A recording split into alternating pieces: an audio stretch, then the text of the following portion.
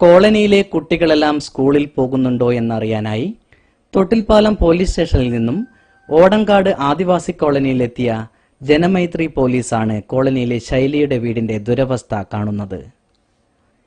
ഇവരുടെ ഭർത്താവ് ചന്ദ്രൻ 2 വർഷം മുമ്പ് മരണപ്പെട്ടു. 3 പെൺകുട്ടികൾ ഉൾപ്പെടെ 5 മക്കളുമായി ഇവർ കഴിയുന്നത് ചോർന്നൊലിക്കുന്ന ഓലക്കൂരയിലാണ്. വീടിനകത്ത് ചെളിയിൽ കിടന്ന് 8 വയസ്സുള്ള കുട്ടി രോഗബാധിതനുമാണ്.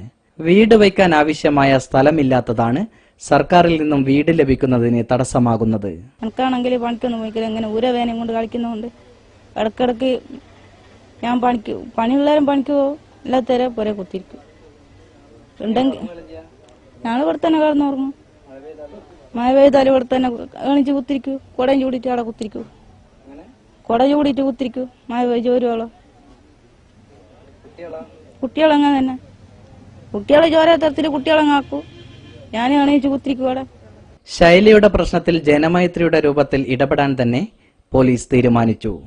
സ്റ്റേഷനിൽ ഡ്യൂട്ടിയിലുണ്ടായിരുന്ന 13ഓളം വരുന്ന പോലീസുകാരും SI സോമനും ASI മധുവും ചേർന്ന് ടാർപോളിംഗ് ഷീറ്റ് വാങ്ങി വീടിനു മുകളിലിട്ട് ചോർച്ച ഒഴിവാക്കി. ചെളി നിറഞ്ഞ തറയിൽ കിടക്കുന്നത് ഒഴിവാക്കാൻ 2 മരക്കട്ടിലുകളും പോലീസ് വാങ്ങി നൽകി.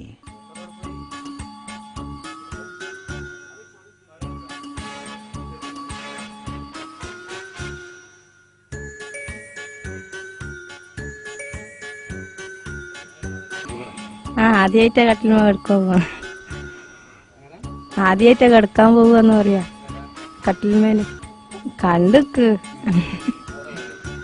വേറെ അമ്മേന്റെ വീട്ടിലൊക്കെ ഉണ്ടായി.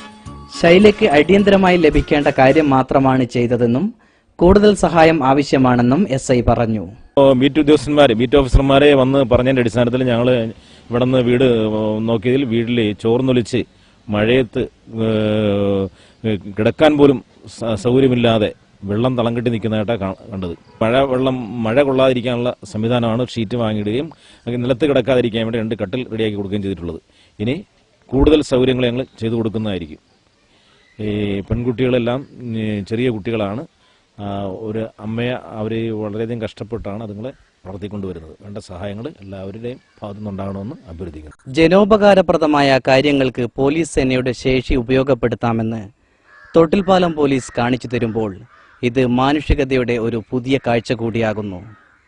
തൊട്ടിൽപ്പാലത്ത് നിന്നും RK സുഗുണൻ.